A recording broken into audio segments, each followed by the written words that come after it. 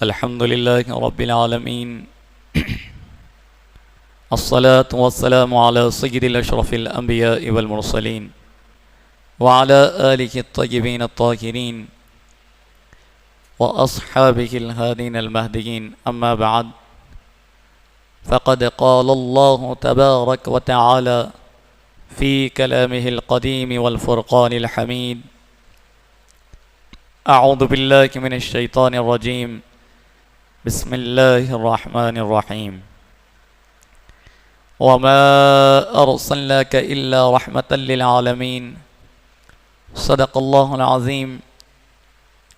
وقال تعالى في شان عظمة رسوله: إن الله وملائكته يصلون على النبي يا أيها الذين آمنوا صلوا عليه وسلموا تسليما.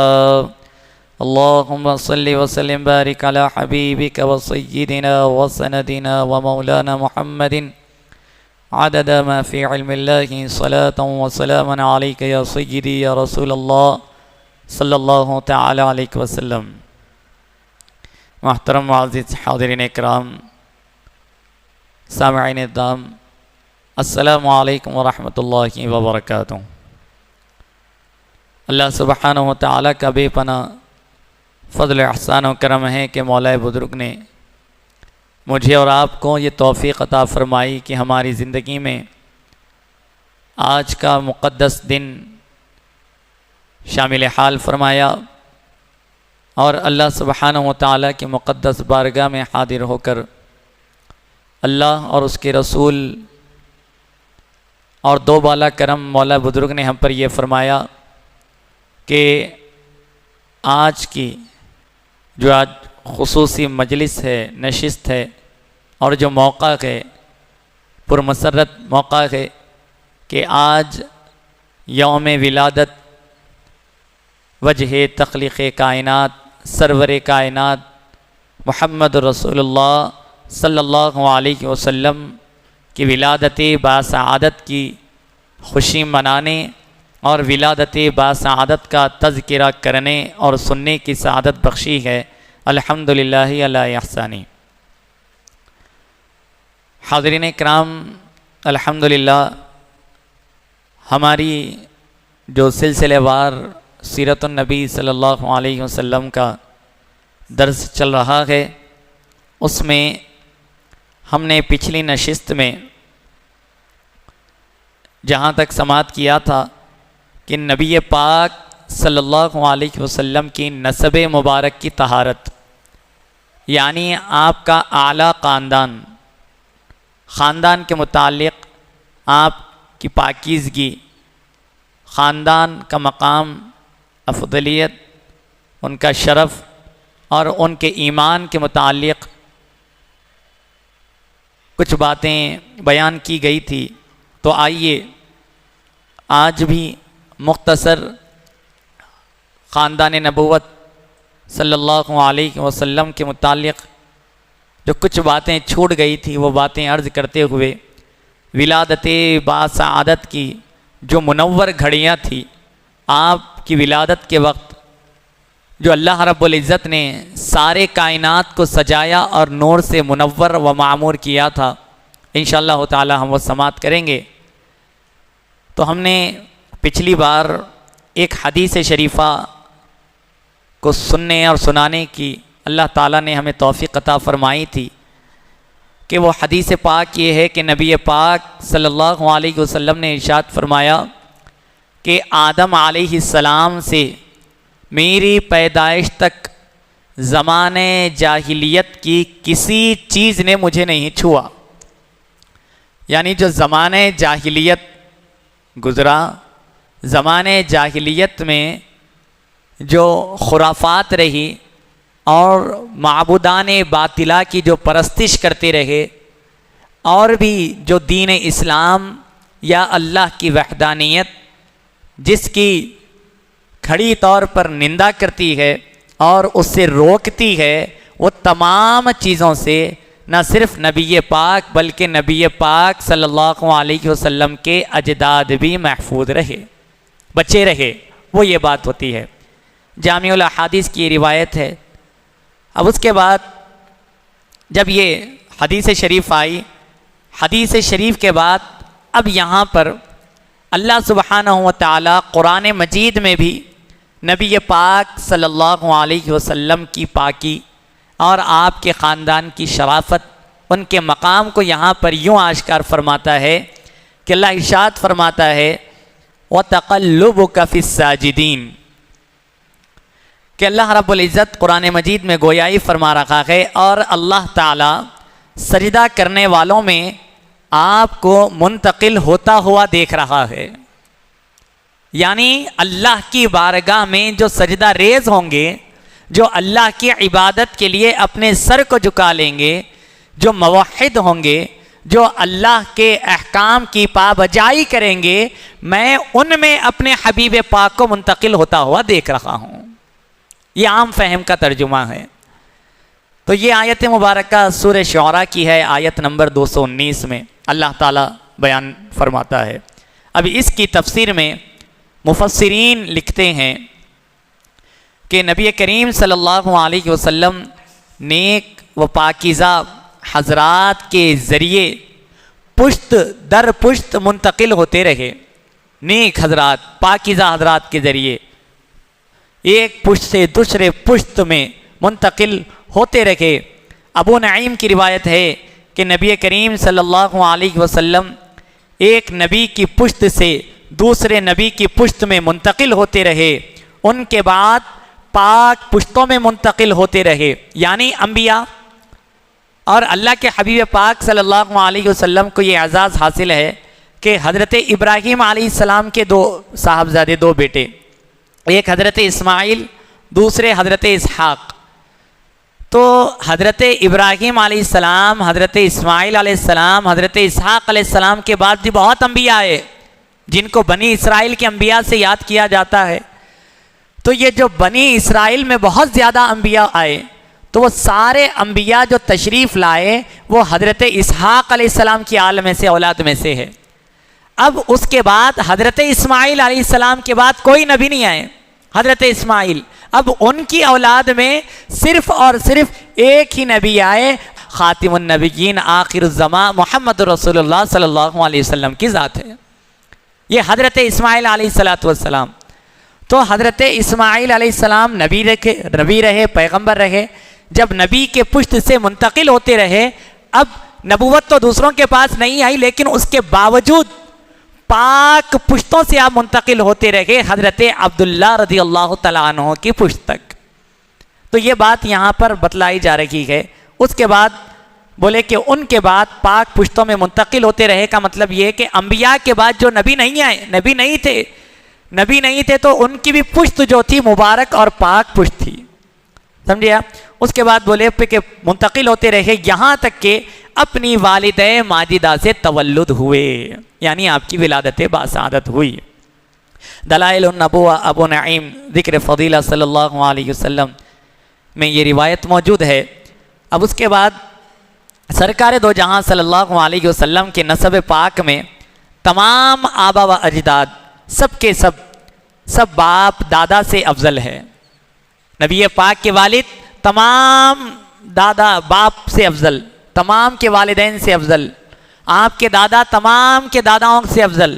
تو یہاں پر بات بیان کی جا رہی ہے جیسے کہ ام المؤمنین حضرت سیدہ عائشہ صدیقہ رضی اللہ عنہا فرماتی ہیں کہ جبرائیل علیہ السلام نے فرمایا میں نے مشرق و مغرب کا ہر حصہ دیکھ لیا، یعنی مشرق سے مغرب، جنوب سے شمال، یعنی دنیا کا کونا کونا چھان مار لیا، دیکھ لیا، لیکن حضور صلی اللہ علیہ وسلم سے افضل کسی کو نہیں پایا، حضور سے افضل کسی کو نہیں پایا، اور کسی خاندان کو بنی ہاشم سے بڑھ کر فضیلت والا نہ پایا۔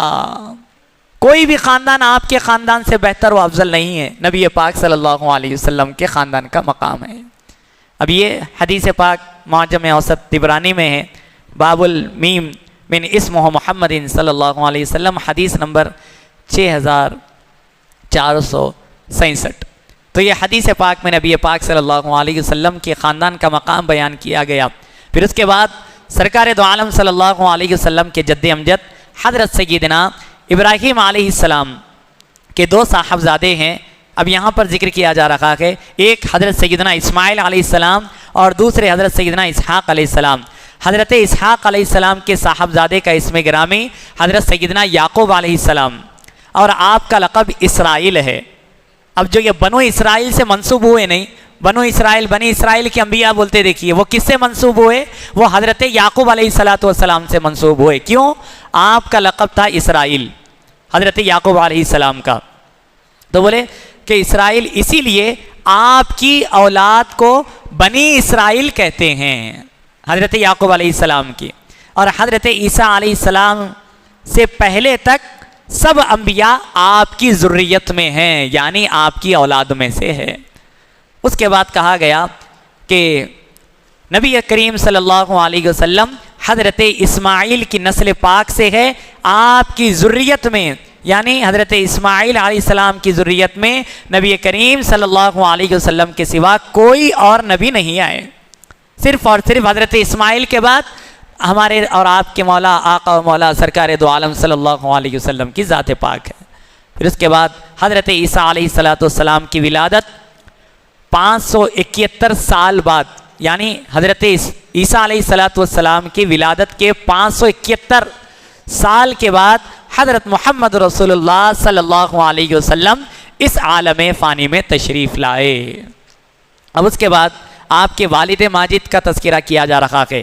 نبی کریم صلی اللہ علیہ وسلم کے والد گرامی حضرت سیدنا عبداللہ رضی اللہ تعالیٰ عنہ، آپ اپنے والد حضرت عبد المطلب رضی اللہ تعالیٰ عنہ کے سب سے چہیتے اور پیارے صاحبزادے تھے۔ آپ کا عقد نکاح 24 سال کی عمر مبارک میں حضرت بی بی آمنہ بنت وہب رضی اللہ عنہا کے ساتھ تکمیل پایا، اور نبی کریم صلی اللہ علیہ وسلم کا نور مبارک ماہ رجب شب جمعہ شکم مادر میں منتقل ہوا۔ یہاں پہ کیا الفاظ استعمال کیے گئے کہ حضرت عبداللہ کا نکاح حضرت بی بی آمنہ سے ہوا، تو نکاح کا کانسیپٹ، نکاح کا طریقہ کس میں ہے؟ مسلمانوں میں ہیں، اہل ایمان میں ہیں۔ یہ طریقہ کار الگ الگ مقامات پر الگ الگ طریقے ہیں، لیکن ایجاب و قبول کرنا اور شریعت کے حساب سے کسی کو اپنے نکاح میں لینا، یہ تو ہر کسی کے پاس طریقہ رائج ہے۔ تو اس وقت بھی اگر ایمان والے نہیں ہوتے، نعوذ باللہ معاذ اللہ، تو کیا نکاح ہوتا؟ شادی الفاظ استعمال کر سکتے تھے، تو بلکہ یہاں پر نکاح کا لفظ استعمال اس وجہ سے کیے کہ یہاں پر بتا رہے تھے کہ نبی پاک صلی اللہ علیہ وسلم کے والد اور والدہ اہل ایمان تھے، مومن تھے، لوگوں کا شک دور کرنے کے لیے۔ اب اس کے بعد شکم مادر میں آپ 2 مہینے کے تھے، آپ کے والد ماجد حضرت عبداللہ رضی اللہ تعالی عنہ تجارت کے لیے ملک شام روانہ ہوئے، اور واپسی کے وقت مدینہ منورہ میں 1 ماہ کی علالت کے بعد قبیلے بنو عدی بن نجار میں وفات پائی۔ قبیلے بنو عدی بن نجار میں آپ کا وصال ہوا، آپ وفات پائے، اور وہیں دار نابغہ جو مقام ہے، دار نابغہ میں آپ کی تدفین مبارک عمل میں آئی۔ وصال کے وقت آپ کی عمر شریف 25 برس کی تھی، یعنی 24 سال کی عمر میں آپ کا نکاح ہوا، اور 25 سال کی عمر میں آپ دنیا سے وصال فرما گئے۔ انا للہ و انا الیہ راجعون۔ یہ بات سبیل الہدی والرشاد جلد نمبر 1 صفحہ نمبر 331 میں بیان کی گئی۔ پھر اس کے بعد مدینہ منورہ کے بعض بزرگوں سے میں نے سنا ہے کہ دار نابغہ میں کھدوائی کے موقع پر آپ کی خبر مبارک برآمد ہوئی، یعنی نکلی، ظاہر ہوئی، تو کیا دیکھتے ہیں کہ آپ کا جسد مبارک، اب یہاں پر غور کریے، آپ کا جسد مبارک جو کا تو سلامت ہے، تو پھر کفن مبارک بھی متاثر نہیں ہوا، اور وہاں سے آپ کے جسد مبارک کو جنت البقیع میں منتقل کیا گیا، حضرت عبداللہ رضی اللہ تعالیٰ عنہ کے جسد پاک کو۔ اب اس کے بعد آپ کے والدین کے ایمان کی بحث میں یہاں پہ سرسری طور پر آپ کے سامنے بیان کرتے ہوئے آگے بڑھا ہوں، کیونکہ ولادت کا بھی واقعہ بیان کرنا ہے، وقت کی تنگی رہتی ہے، تو اس وجہ سے اب والدین کا ایمان بحث، لوگ اعتراض کرتے ایمان والے نہیں تھے، سمجھے آپ کیا بولیں گے؟ جس کی جیسی نظر ویسا ہی نظر آتا ہے۔ اگر نظر ایمان والی ہوتی ہے تو سب ایمان والے نظر آتے ہیں، اگر اس کی نظر میں ایمان نہیں ہے تو کوئی بھی نظر میں ایمان والا نظر نہیں آتا۔ تو یہاں پر ایمان کی بحث ہو رہی ہے۔ کہا گیا حضور اکرم سید الانس والجان صلی اللہ علیہ وسلم کل کائنات کو ضلالت و گمراہی سے بچا کر ہدایت کے نور سے منور کرنے اور لوگوں کو جنت کا مستحق بنانے کے لیے تشریف لائے ہیں۔ کیا یہ ممکن ہے کہ جن کے فرمان ماننے والی جنتی بن جائے، یعنی نبی پاک کے فرمان پر چلنے والے، عمل آوری کرنے والے جنتی بن جائیں، اور اسی ذات پاک کے والدین کریمین نعوذ باللہ اس نعمت سے بہرور نہ ہو؟ سمجھ رہے ہیں آپ؟ یعنی ہم اور آپ اللہ کے حبیب پاک کی بات سن کر جنتی بن جا رہے ہیں، لیکن کیا یہ بات واضح ہوگی اگر یہ بات کریں گے ہم جنتی ہو گئے، لیکن اللہ کے رسول صلی اللہ علیہ وسلم کے والدین کریمین جنتی نہیں ہیں؟ کیا یہ بات ہو سکتی؟ قابل فکر بات ہے، قابل غور بات ہے۔ اب اس کے بعد کہا گیا نبی کریم صلی اللہ علیہ وسلم کے والدین کریمین کے ایمان کے بارے میں علماء اکرام محدثین عظام 3 باتیں بیان فرماتے ہیں، بغور سماعت کریں۔ وہ 3 باتیں کیا ہے؟ نمبر 1، ان کا زمانہ فطرت یعنی اعلان نبوت سے پہلے کا زمانہ ہے۔ نبی پاک کے والدین کا زمانہ کون سا زمانہ پائے؟ وہ زمانہ فطرت۔ فطرت کا معنی کیا ہے؟ اعلان نبوت سے پہلے کا زمانہ۔ اس میں ان سے کبھی کفر و شرک سرزد نہیں ہوا، نہ وہ کفر کیے نہ وہ شرک کیے۔ اب کفر شرک کا مطلب اللہ کی ذات کے ساتھ کسی اور کو شریک کرنا۔ شرک کا مطلب کیا ہے؟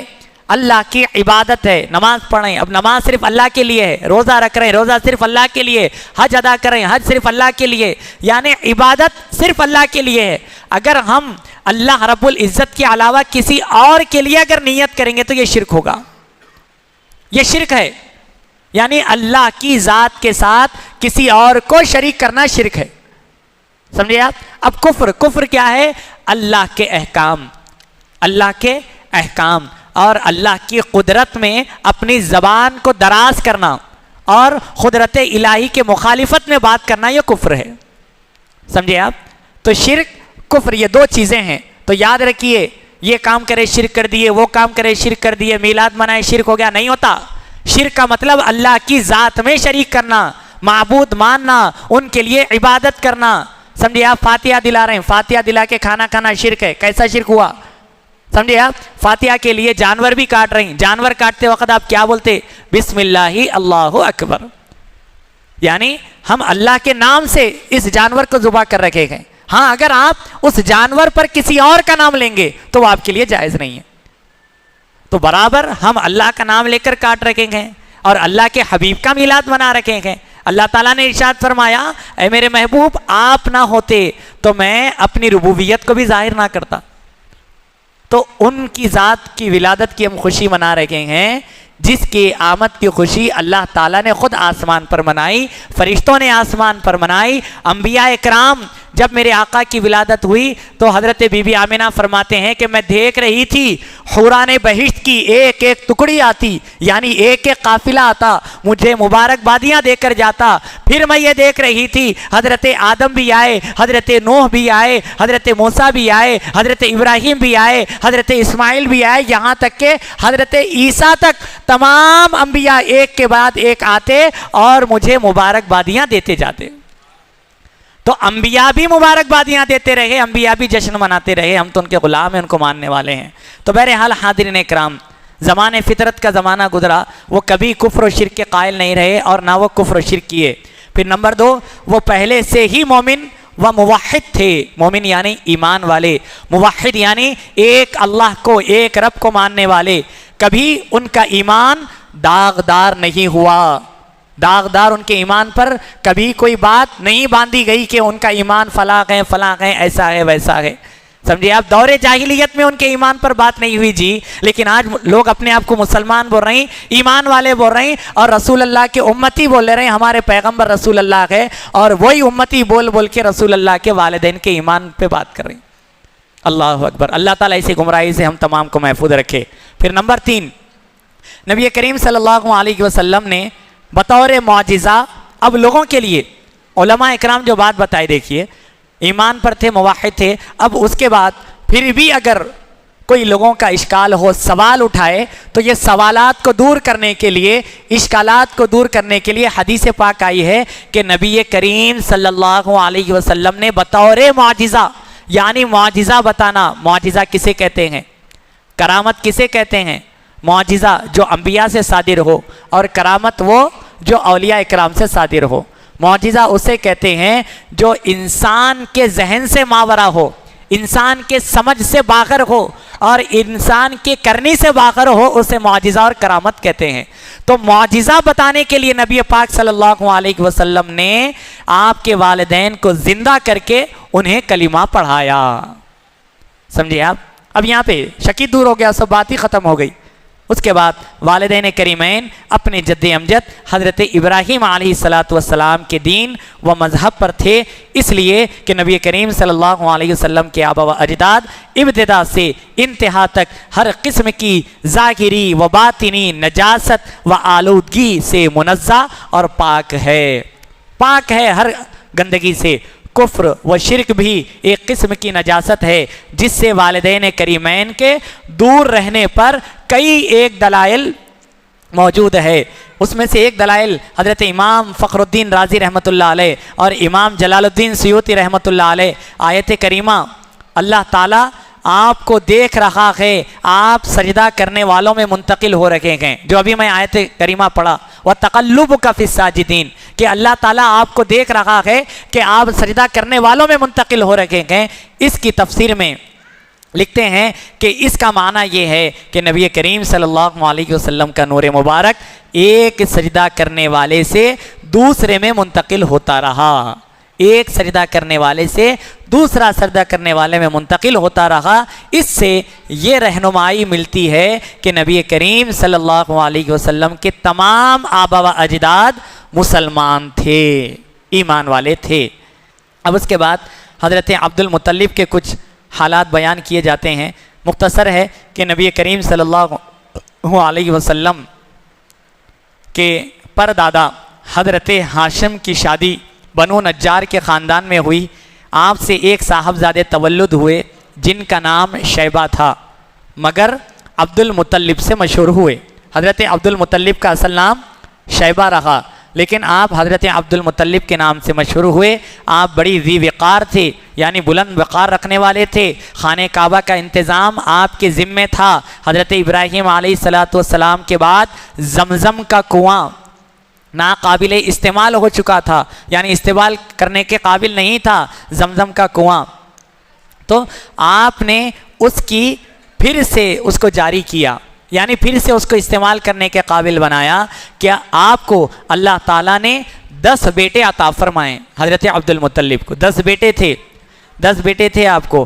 اس کے بعد جن میں سے چند کے نام یہ ہیں: حضرت حمزہ، حضرت عباس، حضرت عبداللہ، حضرت ابو طالب اور ابو لہب۔ یہ حضرت عبد المطلب کے کچھ بیٹوں کے نام یہاں پر بتائے گئے ہیں۔ سب کے سب مسلمان ہوئے، ایک ابو لہب رہا جو ایمان سے گمراہ رہا، غافل رہا۔ اس کے بعد حضرت عبد المطلب رضی اللہ تعالیٰ عنہ نے زمزم شریف کے کنویں کو پانی پر اپنا ایک فردن قربان کرنے کی منت مانی تھی۔ حضرت عبد المطلب نے منت مانی تھی، اور ایک روایت میں ہے کہ آپ نے یہ منت مانی تھی کہ ان کو اللہ تعالیٰ 10 لڑکے عطا کرے تو ایک ہی قربانی دیں گے۔ حضرت عبد المطلب تمنا کے مطابق 10 لڑکے ہوئے تو قربانی کے لیے قرعہ ڈالا گیا، اور ہر بار حضرت عبداللہ رضی اللہ تعالیٰ عنہ کا نام آیا۔ اب آپ دیکھیے، نبی پاک کے والد بزرگوار حضرت عبداللہ جب قربان کرنے کی باری آئی تو قرآن اندازی بولتے نہیں، چٹیاں ڈال کے نکالنا، تو قرعہ ڈالا گیا تو ہر بار حضرت عبداللہ رضی اللہ تعالیٰ عنہ کا نام آیا، مگر خاندانی افراد اعزاء و اقربا نے اصرار کیا کیا انہیں قربان نہ کیا جائے، تو یہ تدبیر نکالی گئی کہ آپ کے نام کے ساتھ ابتدا میں 10 اونٹوں کا قرعہ ڈالا جائے، جب تک آپ کا نام قرعہ میں آتا رہے اونٹ اضافہ کیے جائیں گے۔ آخر کار 100 اونٹوں کا قرعہ نکلا، اس طرح آپ کو ذبح ہونے سے محفوظ کر لیا گیا۔ تو جب حضرت عبداللہ کی قربانی کی بات آئی تو آپ کے خاندان والوں نے یہ کہا کہ بھائی ایسا کیوں، بیٹے کی قربانی کیوں کرتے ہیں، ان کے بجائے ایک اونٹوں کی قربانی آپ ڈالیے۔ تو ایک چٹھی پر 10 اونٹ کی قربانی لکھی گئی تھی، تو 10 بار حضرت عبداللہ رضی اللہ تعالیٰ عنہ کا نام نکلا، تو 100 اونٹوں کی قربانی حضرت عبد المطلب نے آپ کے عوض میں قربانی ادا کی۔ یہ روایت سیرت حلبیہ جلد نمبر 1 صفحہ نمبر 35 اور 36 پر بیان کی گئی۔ اسی لیے نبی کریم صلی اللہ علیہ وسلم فرماتے ہیں کہ میں 2 ذبیحوں کا صاحب زادہ ہوں، ایک میرے جد امجد حضرت اسماعیل علیہ السلام اور دوسرے میرے والد حضرت عبداللہ رضی اللہ تعالی عنہ۔ تو یہ بات سبیل الہدیٰ والرشاد جلد نمبر 1 صفحہ نمبر 302 میں بیان کی گئی۔ حضرت آمینہ رضی اللہ تعالی عنہ کے وصال مبارک کے بعد 2 سال حضرت عبد المطلب رضی اللہ عنہ کا وصال ہوا، جبکہ نبی کریم صلی اللہ علیہ وسلم کی عمر شریف 8 سال کی تھی۔ تو یہاں پر اب خاندانی نسب، خاندانی پاکیزگی کی تمام چیزیں ختم ہوئی۔ اب یہاں سے نبی کریم صلی اللہ علیہ وسلم کی دنیا میں جلوہ گری یا دنیا میں جو آمد ہوئی وہ یہاں پر بیان کی جا رہی ہے کہ نور مصطفیٰ صلی اللہ علیہ وسلم حضرت عبد المطلب رضی اللہ تعالیٰ عنہ سے حضرت عبداللہ رضی اللہ تعالیٰ عنہ میں منتقل ہوا۔ جو کوئی یہودی مکہ معظمہ میں آتا، حضرت عبداللہ رضی اللہ تعالیٰ عنہ کے چہرے میں نور مبارک کو دیکھ کر اٹھتا اور یہ کہتا کہ لوگوں، یہ نور عبداللہ کا نہیں بلکہ محمد بن عبداللہ صلی اللہ علیہ وسلم کا نور ہے۔ کون؟ یہودیاں کہتے تھے حضرت عبداللہ رضی اللہ تعالیٰ عنہ کو دیکھ کر۔ جب وہ کسی سوکھے درخت کے نیچے بیٹھتے تو درخت ہرا بھرا ہو کر ان پر ڈالیاں جھکا دیتا۔ حضرت عبداللہ رضی اللہ تعالیٰ عنہ کی کیفیت ہے، ابھی نبی پاک کا نور آپ کی پشت میں ہے، ابھی حضرت بی بی آمینہ کے پاس منتقل نہیں ہوا، تو یہ کیفیت ہے نور محمدی جب حضرت عبداللہ کے پشت میں ہے تو کیفیت یہ ہے کہ اگر آپ کوئی سوکھے درخت کے نیچے بیٹھتے تو وہ ہرا بھرا ہو جاتا، ہرا بھرا ہو جاتا۔ تو نور محمدی کا معجزہ ہے یہ۔ ابھی نبی پاک دنیا میں تشریف نہیں لائے لیکن آپ کے نور محمدی سے بھی کئی معجزات ظاہر ہوتے رہے۔ تو یہاں پر باتیں بیان کی گئی، جب سوکھی زمین پر ٹہرتے تو زمین پر گھاس اگ جاتی تھی۔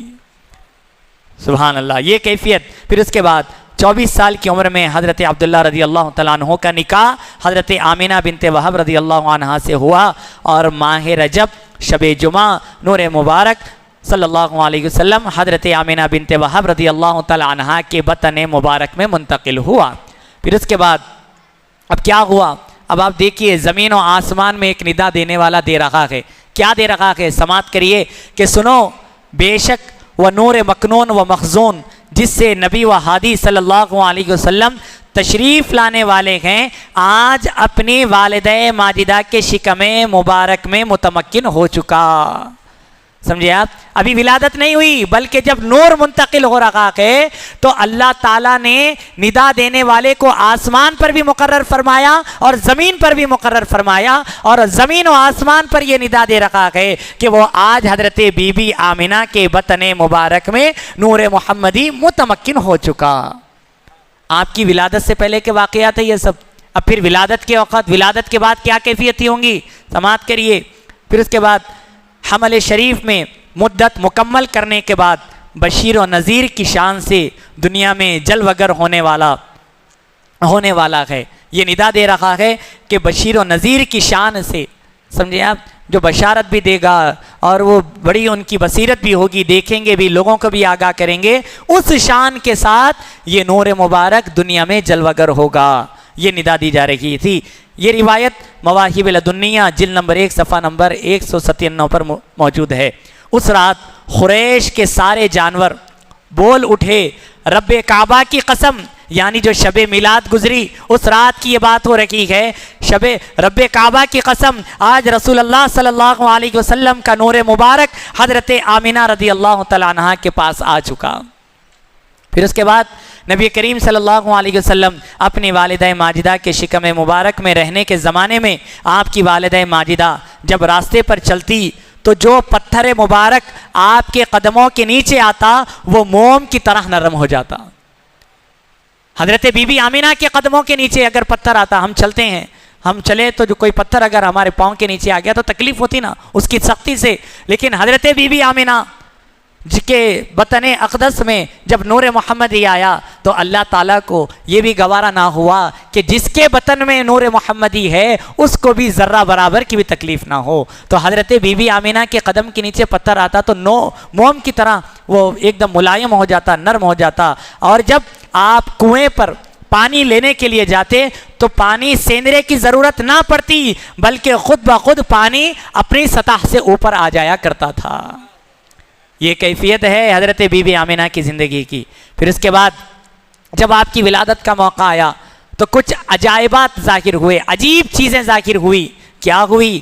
نبی کریم صلی اللہ علیہ وسلم کی شب ولادت کئی عجائب ظاہر ہوئے، ان میں سے چند بیان کیے جاتے ہیں. نمبر 1، نبی کریم صلی اللہ علیہ وسلم کی ولادت کے وقت حضرت آمینہ رضی اللہ عنہا سے ایسا نور ظاہر ہوا کہ آپ کو ملک شام کے محلات نظر آنے لگے. اتنا نور، یعنی اتنی روشنی، یعنی بصارت اتنی بڑھ گئی، اتنی روشنی ہو گئی کہ خود حضرت بی بی آمینہ فرماتی ہے کہ جب محمد صلی اللہ علیہ وسلم تولد ہوئے، پیدا ہوئے، تو مجھے شام کے محلات نظر آنے لگے. یعنی میری آنکھیں دیکھ رہی تھی کہ شام کے محلات نظر آنے لگے. مسند امام احمد کی یہ روایت ہے، حدیث نمبر 16836. پھر اس کے بعد نمبر 2، خانہ کعبہ میں رکھے ہوئے بت سر کے بل گر گئے، اوندھے گر گئے آپ کی ولادت کے وقت. پھر نمبر 3، شاہ ایران کسرا کے محلات لرز گئے اور ان کے 14 کنگورے گر پڑے. یعنی جو وہ اہل مشرک تھے، سمجھے آپ، کفار تھے، پرستش کرتے تھے معبودان باطلہ کی اور لوگوں پر ظلم ڈھاتے تھے، تو ان کے محلات لرز گئے. اور وہ لوگ جو کندورے بنا کے رکھے تھے، اپنے اپنے معبودوں کی تصویریں بنائے تھے، تو وہ سارے کے سارے گر پڑے. پھر نمبر 4، دریائے ساوا خشک ہو گیا، دریائے ساوا خشک ہو گیا. پھر نمبر 5، 1000 برس کا آتش کدہ فارس بجھ گیا. 1000 برس سے جل رہا تھا، جس کی لوگ پرستش کیا کرتے تھے، وہ بھی بجھ گیا جو اس سے پہلے کبھی نہ بجھا تھا. اللہ اکبر. نمبر 6، حضرت مریم علیہ السلام، حضرت آسیہ علیہ السلام یعنی ان کے ساتھ حوران بہشت حاضر ہوئی. سمجھے آپ؟ پھر اس کے بعد یہ روایت مواہب لدنیہ جلد نمبر 1 صفحہ نمبر 210 پہ ہے. پھر نمبر 7، فرشتوں نے حضرت آمینہ رضی اللہ عنہا کے حجرے پر اپنے پروں سے سایہ کر دیا تھا فرشتے. پھر نمبر 8، خصائص کبریٰ میں یہ روایت موجود ہے، جلد نمبر 1 صفحہ نمبر 48. پھر نمبر 8، ولادت باسعادت کے ساتھ ہی نبی کریم صلی اللہ علیہ وسلم نے سجدہ کیا، جبکہ شہادت کی انگلی آسمان کی جانب اٹھی ہوئی تھی، آسمان کی جانب اٹھی ہوئی تھی. پھر یہ روایت سیرت حلبیہ جلد نمبر 1 صفحہ نمبر 54 پر ہے. پھر نمبر 9، ندا آئی کہ انہیں مشرق و مغرب سمندروں کی سیر کراؤ تاکہ تمام مخلوق، فرشتے، مچھلیاں وغیرہ آپ کے نام نامی اور صفات عالیہ کی معرفت کے ساتھ آپ کے رخ انور کا دیدار کر لیں.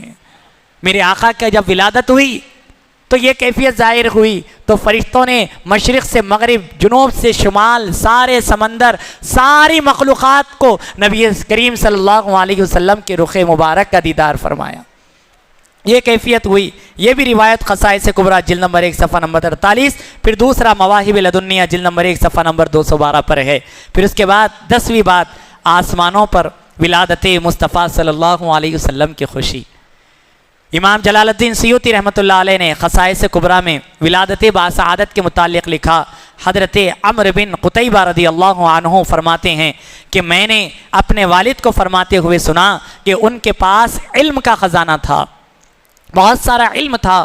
وہ بیان کرتے ہیں کہ جب نبی کریم صلی اللہ علیہ وسلم کی ولادت باسعادت کا وقت آیا تو اللہ تعالیٰ نے اپنے فرشتوں کو حکم دیا کہ تمام آسمانوں اور تمام جنتوں کے دروازے کھول دیے جائیں اور زمین پر حاضر ہو جائیں. یعنی فرشتوں کو حکم ہو رکھا کہ جنت کے دروازے کھول دو، آسمانوں کے دروازے کھول دو. پھر اس کے بعد اور ایک روایت میں آیا کہ آسمان کو سجا دو، جنت کو سجا دو اور سارے فرشتے زمین پر حاضر ہو جائیں. تو تمام فرشتے زمین پر حاضر ہو گئے اور آپس میں ایک دوسرے کو مبارکبادیاں دینے لگے. ولادت کی خوشی میں دنیا کے پہاڑ اونچے ہو گئے. جو یہ پہاڑ نظر آتے ہیں نبی پاک کی ولادت کی خوشی میں، یہ پہاڑ اونچے ہو گئے اور سمندر کی مخلوق آپس میں ایک دوسرے کو مبارکبادیاں دینے لگی. آپ کے اکرام میں تمام فرشتے حاضر ہو چکے تھے. شیطان کو 70 بیڑیوں میں جکڑ دیا گیا تھا اور اسے سبز سمندر کی گہرائی میں منہ کے بل ڈال دیا گیا تھا۔ شیاطین اور سرکش جنات کو قید و بند کی زنجیروں میں جکڑ دیا گیا۔ اس دن سورج کو نور عظیم سے آراستہ کیا گیا اور اس کے اوپر فضا میں 70,000 حوروں کو ٹھہرایا گیا کہ وہ حضور اکرم صلی اللہ علیہ وسلم کی ولادت باسعادت کی مسعود گھڑیوں کا انتظار کرتی رہے۔ حضرت محمد عربی صلی اللہ علیہ وسلم کے اعزاز میں اس سال اللہ نے دنیا کی تمام خواتین کے بارے میں فیصلہ کر دیا کہ انہیں لڑکے پیدا ہوں گے، انہیں لڑکے پیدا ہوں گے۔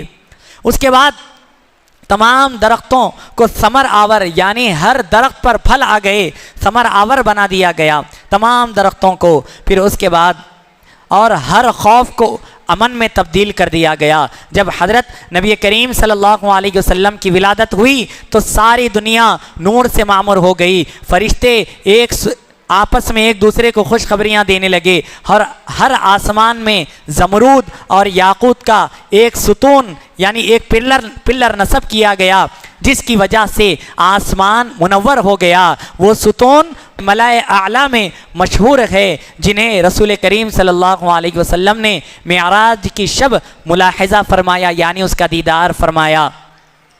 آپ سے عرض کیا گیا کہ یہی وہ ستون ہیں جو آپ کی ولادت کی خوشی میں نصب کیے گئے تھے۔ شب ولادت اللہ تعالیٰ نے حوض کوثر کے کنارے 70,000 خوشبودار مشک کے درخت لگائے اور ان کا پھل اہل جنت کے لیے بخور بنا دیا گیا۔ تمام آسمانوں کی مخلوق اللہ تعالیٰ سے سلامتی کی دعا کرنے لگی۔ تمام بت سر کے بل گر گئے اور لات و عزا کا یہ حال تھا کہ وہ اپنے مقام سے باہر نکل پڑے۔ وہ کہہ رہے تھے قریش کا بھلا ہو، ان کے پاس نبی امین تشریف لا چکے ہیں، ان کے پاس صداقت شیار آ چکے ہیں۔ قریش کو یہ نہیں معلوم تھا کہ ان کی کیا فضیلت حاصل ہوئی ہے، اور کعبۃ اللہ شریف کی خوشی کا یہ عالم تھا کہ کئی لوگ کئی دن تک، کئی روز تک اس کے اندر سے یہ آواز سنے آ رہی تھی کہ وہ کہہ رہا تھا اب میرا نور مجھے لوٹا دیا گیا ہے۔ خانہ کعبہ میں سے یہ آواز آ رہی تھی اب میرا نور مجھے لوٹا دیا جائے گا، اب میرا طواف کرنے والے میرے پاس آئیں گے، اب میں جاہلیت کی آلودگیوں سے پاک کر دیا جاؤں گا۔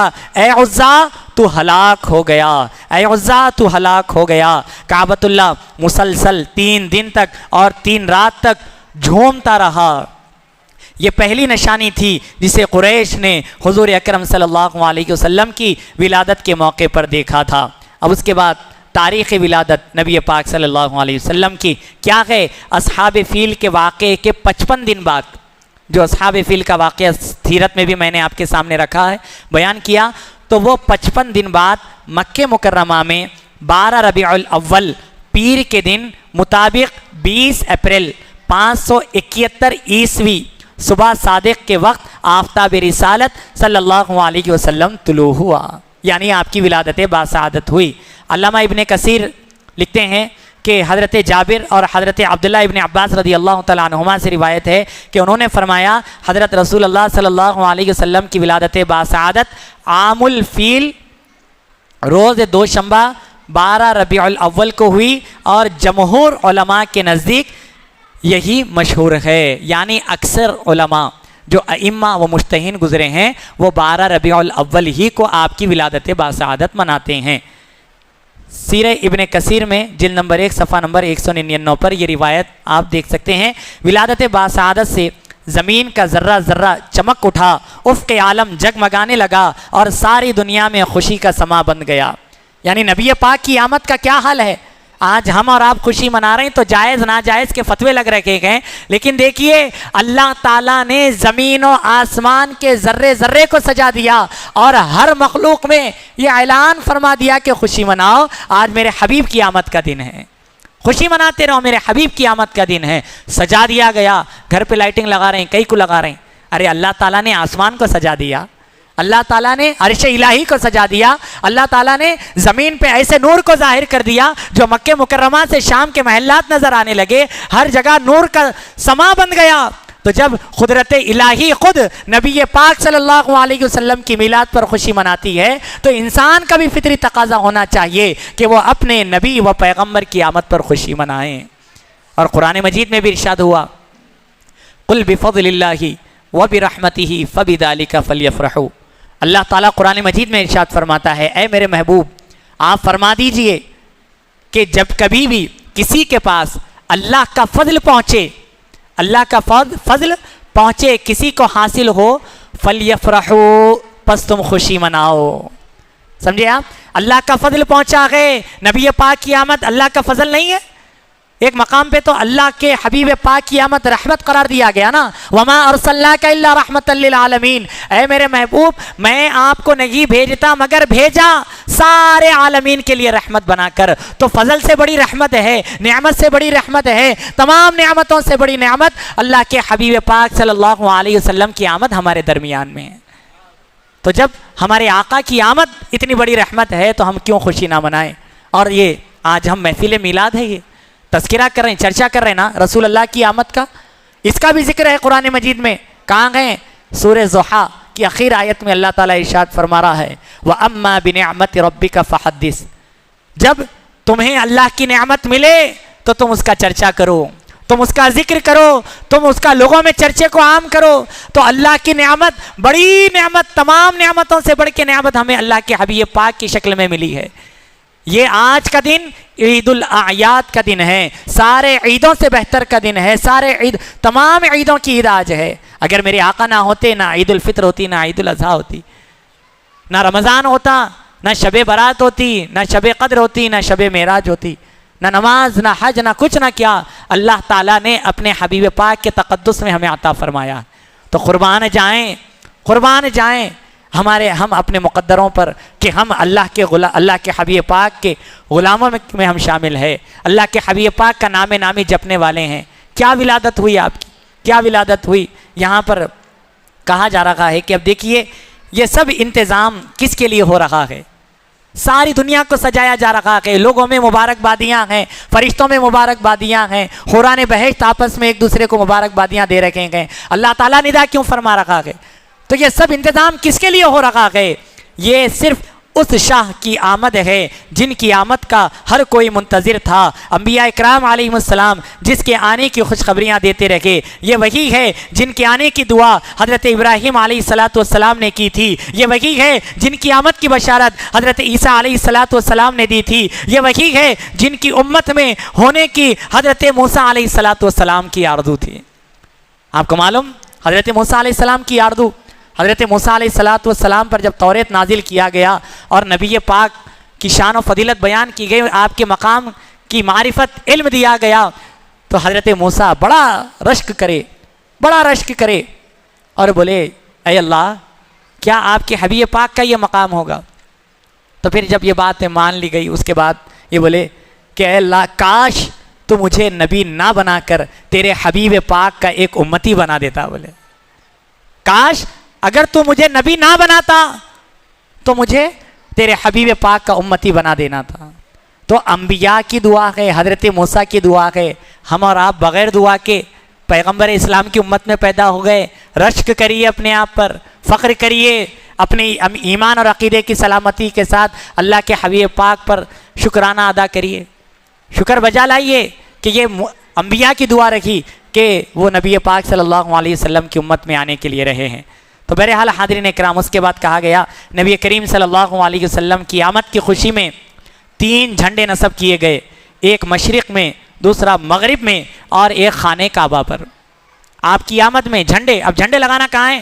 اللہ کی سنت ہے، اور کون لگائے؟ حضرت جبرائیل علیہ السلام آ کے لگائے۔ کیسا لگائے؟ دیکھیے یہ روایت دلائل النبوہ ابو نعیم اصبہانی حدیث نمبر 538 من دلالتی حمل النبی صلی اللہ علیہ وسلم، مواہب اللدنیہ جلد نمبر 1 صفحہ نمبر 211، خصائص کبریٰ جلد نمبر 1 صفحہ نمبر 82، سیرت حلویہ جلد نمبر 1 صفحہ نمبر 144، اتنے مقامات پر یہ روایت ذکر کی گئی ہے کہ جھنڈے نظم کیے گئے، سجائے گئے۔ اب اس کے بعد آپ کی جو ولادت جو شان سے ہوئی، تو ولادت کے ساتھ ہی آپ سجدہ ریز ہو گئے۔ کیسا ہوئے؟ حضرت آمینہ رضی اللہ عنہا فرماتی ہے کہ آپ سجدہ کرتے ہوئے پیدا ہوئے۔ آپ کی ولادت سجدہ کرتے ہوئے آپ پیدا ہوئے، آپ ولادت کے وقت آپ بزبان فصیح لا الہ الا اللہ انی رسول اللہ فرما رہے تھے۔ اب بچہ پیدا ہوا تو کیسا ہوتا سب جانتے ہیں، بچہ پیدا ہوتا ہے تو آنکھ بن کر پیدا ہوتا ہے، روتا ہے، غلاظت کے ساتھ پیدا ہوتا ہے، بدبو آلودگی کے ساتھ پیدا ہوتا ہے، اور یہ فطری تقاضا انسان میں آپ کسی کے پاس نہیں سنے ہوں گے کہ بچہ پیدا ہوتا ہی بات کرا۔ کرامتیں ہیں بزرگوں کی وہ الگ بات ہے، لیکن کیا کسی نے بات کیا؟ لیکن میرے آقا کی یہ اعجازی شان ہے۔ حضرت بی بی آمنہ خود فرماتی ہے، حضرت بی بی آمنہ خود فرماتی ہے کہ جب محمد رسول اللہ صلی اللہ علیہ وسلم پیدا ہوئے تو سجدے کی حالت میں پیدا ہوئے، یعنی جب نور محمدی بنا، نور محمدی جب تخلیق ہوئی تو نور محمدی شکر ادا کرتے کرتے آپ وہاں پر ذکر فرما رہے تھے، تو اب جب دنیا میں تشریف لائے تو اللہ رب العزت کا شکر سجدہ کر کر ادا کر رہے ہیں۔ اے اللہ تو نے مجھے دنیا میں مبعوث فرمایا، دنیا میں بھیجا، میں تیرا شکر ادا کر رہا ہوں۔ تو یہ کیفیت نبی پاک صلی اللہ علیہ وسلم کی آمد کی ہے۔ پھر اس کے بعد کیا کوئی بات کرتا بچہ؟ کیا اس کے پاس سے خوشبو آتی؟ لیکن نبی پاک صلی اللہ علیہ وسلم کی آمد کی یہ بات ہے کہ آپ حضرت بی بی آمنہ ہی فرماتی ہے کہ آپ جب پیدا ہوئے تو آپ سے ایسی خوشبو ظاہر ہوئی، ایسی خوشبو ظاہر ہوئی کہ سارا مکہ آپ کی خوشبو سے مہک اٹھا، سارا مکہ آپ کی خوشبو سے مہک اٹھا۔ جو بچہ پیدا ہوتا ہے اس کے پاس سے بدبو آتی ہے، وہ غلاظت میں پیدا ہوتا ہے، آلودگی میں پیدا ہوتا ہے، خون سے لطفت ہوتا ہے، لیکن میرے آقا کی شان یہ ہے کہ آپ بڑی ہی خوشبودار سجدہ کرتے ہوئے، اور اپنی زبان سے لوگ یہ کہتے ہیں کہ آپ کو نبوت 40 سال میں ملی، 40 سال میں آپ نے اعلان نبوت فرمایا۔ اے گمراہ لوگ دیکھو، اللہ کے حبیب پاک جب پیدا ہوئے، پیدا ہوتے ہی کیا الفاظ استعمال کر رکھے ہیں؟ لا الہ الا اللہ انی رسول اللہ، اے لوگو اللہ کے سوا کوئی معبود نہیں اور میں محمد صلی اللہ علیہ وسلم اللہ کا رسول ہوں۔ میں یعنی ابھی پیدا ہوئے، آپ کی ولادت ہوئی تو پیدا ہوتے ہی آپ نے اعلان نبوت فرما دیا۔ اصل وہ ظاہراً جو 40 سال کا موقع ملا، لوگ دیکھیں، لوگ آپ کو جانیں، آپ کے اخلاق کو دیکھیں، آپ کے کردار کو دیکھیں، آپ کے گفتار کو دیکھیں، آپ کی زندگی کو دیکھیں، یہ کیفیت رہی۔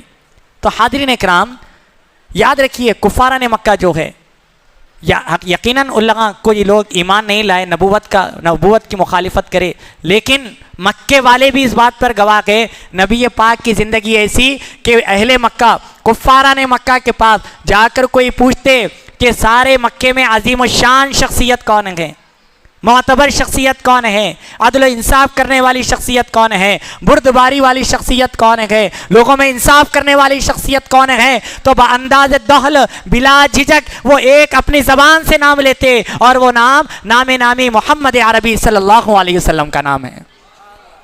یعنی کافر ہوتے ہوئے اسلام کو قبول نہیں کیا، لیکن آپ کے اخلاق سے متاثر تھے، آپ کے کردار سے متاثر تھے، آپ کی گفتار سے متاثر تھے۔ تو حاضرین اکرام، ہم امت محمدی ہے، ہمارے کو یہاں سے درس لینا ہے کہ ابھی اعلان نہیں فرمایا، اسلام قبول نہیں کیا، تو غیر بھی نبی پاک کے جب اخلاق سے متاثر ہوئے، ہم تو مسلمان ہیں، ہم تو ان کے غلام ہیں، ہم تو ان کا نام لینے والے ہیں، ہم تو ان کا تذکرہ، ان کا چرچا، ان کی جاب جپنے والے ہیں، تو ہمارے بھی اخلاق کیسے ہونے چاہیے، ہمارے کردار کیسے ہونے چاہیے، ہماری گفتار کیسی ہونی چاہیے۔ تو یاد رکھیے عزیزان محترم، اگر ہم یقیناً حقیقت میں رسول اللہ کی محبت کا دعویٰ کرتے ہیں تو اس دعوے میں یہ بھی دعویٰ ہونا چاہیے کہ ہمارے اخلاق بھی نبی پاک صلی اللہ علیہ وسلم کے جیسے اخلاق ہونے چاہیے، ہماری گفتار بھی نبی پاک کی گفتار کے جیسی گفتار ہونی چاہیے، ہمارا کردار بھی نبی پاک کے کردار جیسا کردار ہونا چاہیے۔ آج دیکھیے، آج میلاد کا دن ہے، آج آپ آئے، تشریف لائے، ساری گندگیاں دور ہو گئی، سارے اندھیرے دور ہو گئے، آپ کی ولادت میں ساری کائنات خوشی منا رہی ہے۔ کیوں منا رہی ہے؟ ساری گمراہی دور ہو گئی، ساری گمراہی دور ہو گئی، ساری خرافتیں دور ہو گئی۔ لیکن آج ہم احاطہ کریں، آج میلاد کا دن ہے، میں بار بار کہہ رہا ہوں، آج میلاد کے نام پر کتنی خرافتیں نہیں ہوتی۔ تو یاد رکھیے، سنت ہے، اللہ کی سنت ہے، فرشتوں کی سنت ہے، انبیاء کی سنت ہے، صحابہ کی سنت ہے، بزرگوں کی سنت ہے، اور اہل ایمان کی سنت ہے میلاد منانا، لیکن سنت طریقے سے منائیے۔ نبی پاک کو خوش کریے اپنے اخلاق کے ذریعے سے، نبی پاک کو ناراض مت کریے۔ جلوس میں نکلتے ہیں تو یقیناً نکلیے، سنتی طریقے سے نکلیے۔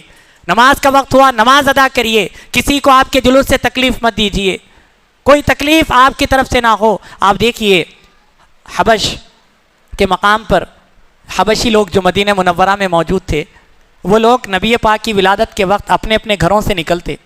حضرت بی بی عائشہ فرماتی ہیں، آپ سے روایت منقول ہے کہ اپنے اپنے گھروں سے نکلتے، جمع ہوتے جاتے، انہوں ایک گھر سے نکلے، انہوں ایک گھر سے نکلے، اپنے اپنے گھروں سے نکل کر میرے آقا پر درود پڑھتے ہوئے مسجد نبوی تک جاتے، یعنی میرے آقا کے گھر تک جاتے تھے درود پڑھتے ہوئے، اور جا کر مبارکبادیاں دیتے اور وہ نعرہ لگاتے یا رسول اللہ کا، یا رسول اللہ کا نعرہ لگایا کرتے۔ تو میرے آقا صلی اللہ علیہ وسلم خوش ہوتے تھے اور مبارکبادیوں کو قبول کرتے تھے۔ تو حاضرین اکرام، یہ کیفیت ہے، تو منانا ہے، جائز طریقے سے منائیے، خوشی منائیے، اور نبی پاک کی محبت اصل ہے۔